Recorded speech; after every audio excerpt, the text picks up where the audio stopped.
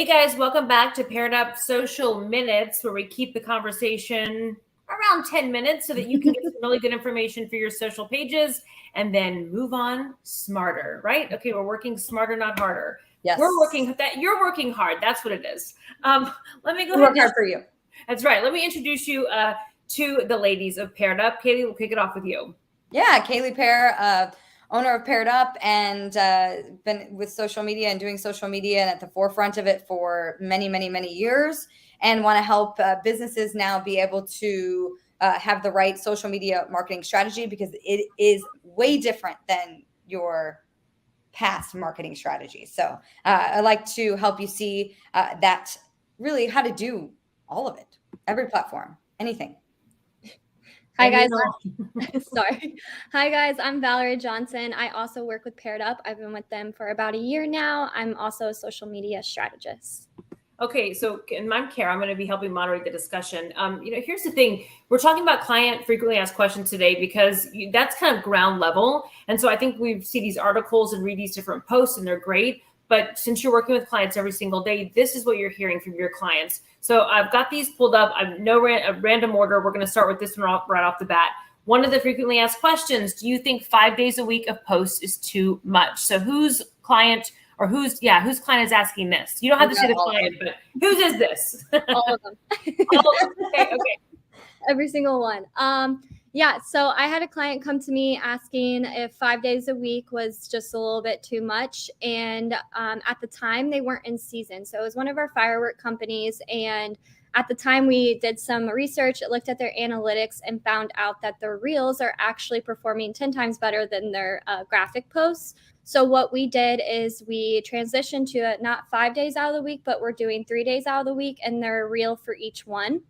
Now that was during whenever they were on their off season. Now they're in season right now. So we are back to doing 5 days a week with their posting. So it really just kind of depends on your company and what you're looking for. Yeah, I mean, that's the biggest thing is it's all unique. I say it all the time. There's no one size fits all. Your business is your business. You have to look at your analytics. And we've done videos on the importance of looking over analytics. So you can find that here as well. But looking at what your consumer or your followers respond to and go with that. Now, 5 days a week is never a bad thing. It's never a bad thing. It's, one of the biggest reason why posting 5 days a week is a good idea is because, we're doing a video on organic social media strategy. Is it dead or not? Well, the answer is if you do it right, it's not. And this is one of the ways to capitalize on the algorithm. So when you're posting so much, it allows whatever platform you're posting to learn what you are about. So the less you post, the harder it is for them to understand. So when they do understand as the platform, that's what I'm talking about, what you're about, then it pushes you to more people that would be interested.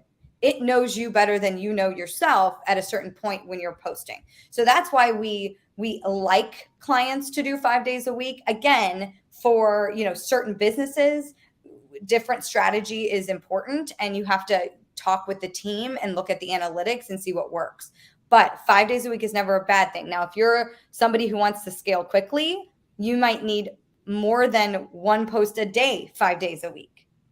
Just depends on who you are, which platforms your business is geared toward. Exactly. Yeah, which is why you have a lot of very particular specific plans on your packages when it comes to working with clients. Yes, that's all different. There's, again, if you're just starting out, maybe a blanket package is good, but overall custom is better for any business.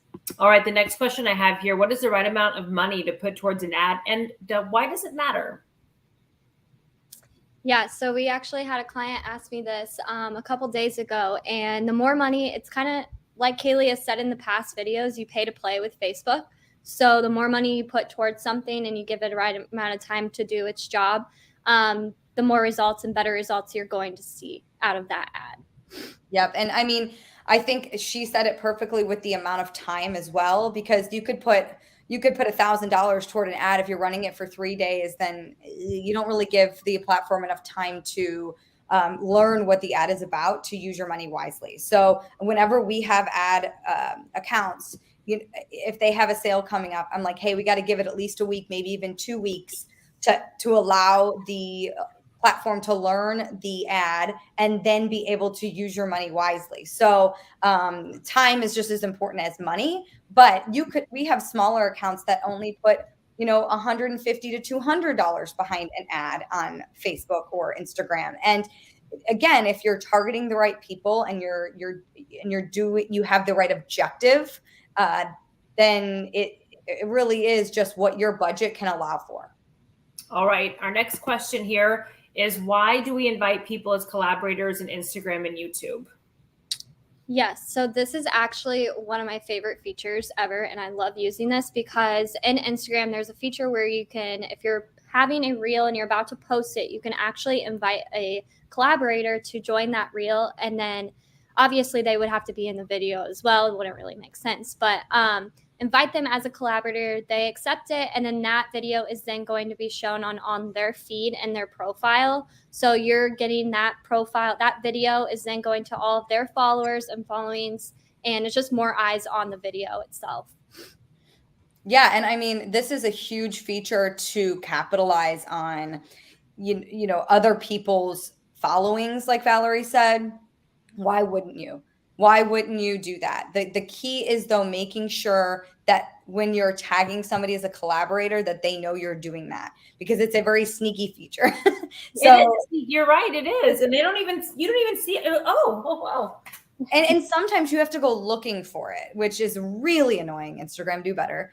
But it's great because, I was just talking with a business and I said, hey, I posted this. And I tagged you as a collaborator, and they were like, I don't know what that means. And I said, and I showed them, here, look, now it shows up in your feed like you posted it. So now I'm doing the work and it's going on your page, so it's a good way to work together with someone or another business and maximize the reach.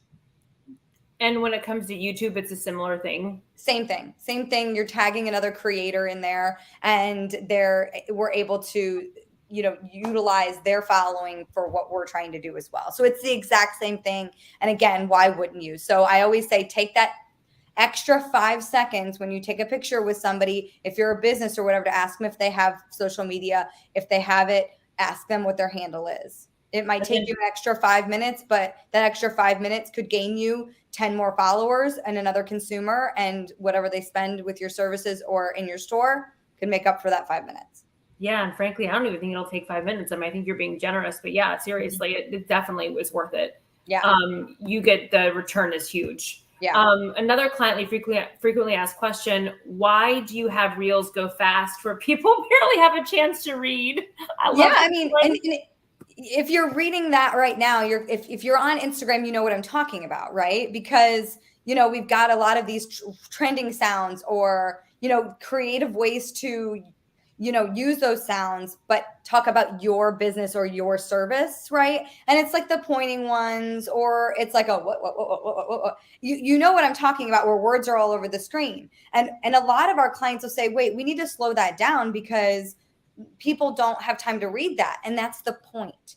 The point is, if it's interesting enough and they are interested in it, they will either save the post, which you want, or they will go back and watch it again and again and again. And what happened? One person just gave you 4 views. Mm-hmm. Yeah, I've done that many times. And I screenshot it and stop it. And so there is a strategy behind that. And I know it doesn't make sense to a lot of people because it's also annoying to have to go back and watch it.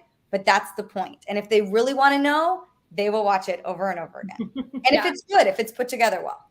Yeah. And if you slow down the video, then the video won't link with the trending audio. So then Instagram's not going to push that video at all because it's not synced. So. Yep.